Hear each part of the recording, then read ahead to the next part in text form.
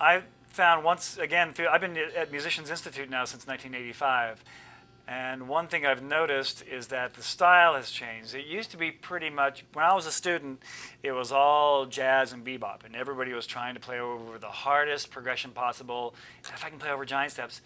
But then you could take some of the students who could do that, but yet they couldn't play over just the C minor 7 chord or something simple. So the way guitar has evolved over the last several years, it's less fusiony, less jazzy at the school, and it's more about being creative and being more grassroots, folksy, bluesy based.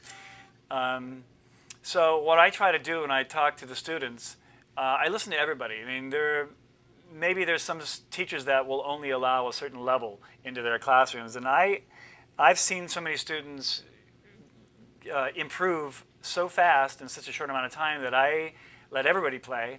And even if they have a lot of problems, I try to always give them something positive, because it's really, musicians in general are kind of sensitive and they tend to be insecure, and everybody worries about their own playing. The main thing I try to get from my students is to not be negative, because one thing that's very common with people who are learning and when they're comparing themselves with other students who are their same age is that there might be one really hot guy and maybe they're not so good yet.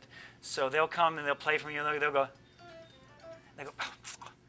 oh, and they shake their head and they say, and they're very negative. And so if there's one approach that I take, it's like I stop the music right then. I say, okay, stop, everybody stop. I said, what you're doing right now is, it's like a bad disease. You know, you do it over and over again. If you think negatively now, and then an hour from now you think negatively, then you go tonight.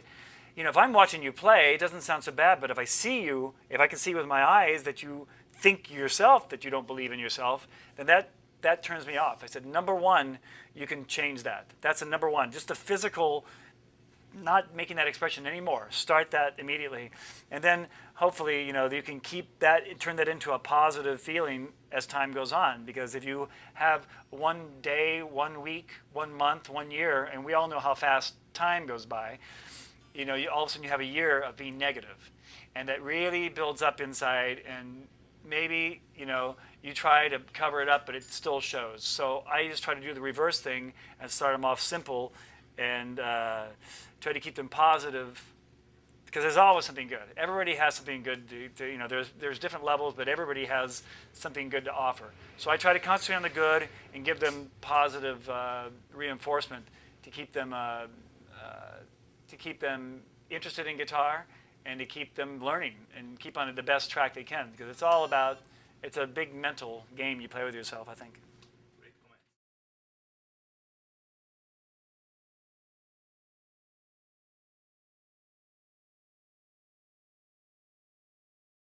I think I have one problem that's very common with a lot of students is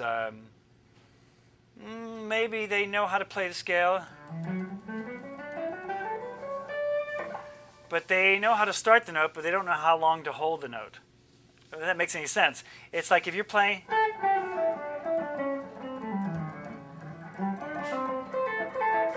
it sounds very choppy, even though, and I don't know if this is a good example, but what they don't think about is how long to hold the note. I try to tell my students to sing along with their playing, not la la la, not out loud, but internalize their playing, so that when they hear something, they naturally take breaths, they phrase, they go.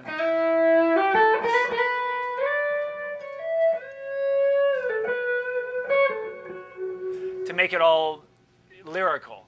A way you can think about this also is like if you have a solo section, I tell my students to pretend that this is my song that I wrote. I'll put on a drum groove, maybe 2 chords, maybe 1 chord. And I'll say, okay, this is my song, write me a melody. That's how I want you to start your solo, by playing me something that everybody can sing along with. That gets them away from going,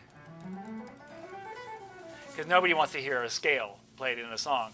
So usually, immediately, and I say, sing along with it. So you can probably make your playing more lyrical immediately if you try to sing along with what you're playing, internalize it so it's coming from here and not just from notes you've practiced. Anybody, you can teach a monkey to play a scale.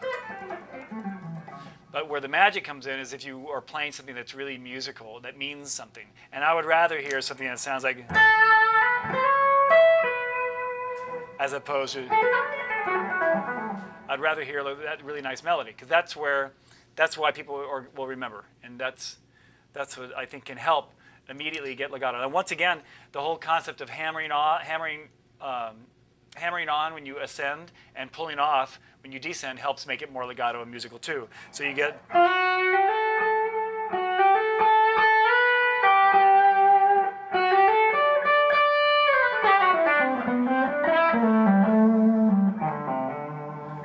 that helps too, as opposed to,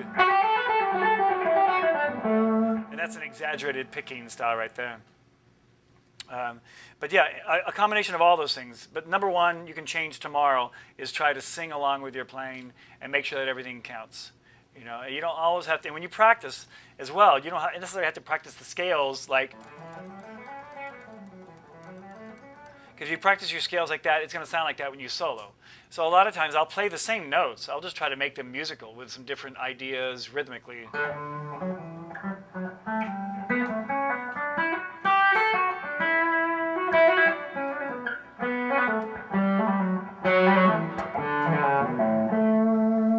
So all those things make for, you know, sometimes you have to forcibly make yourself think, okay, I'm playing eighth notes, and it's boring. So think of something else. Think of triplets, think of whole notes.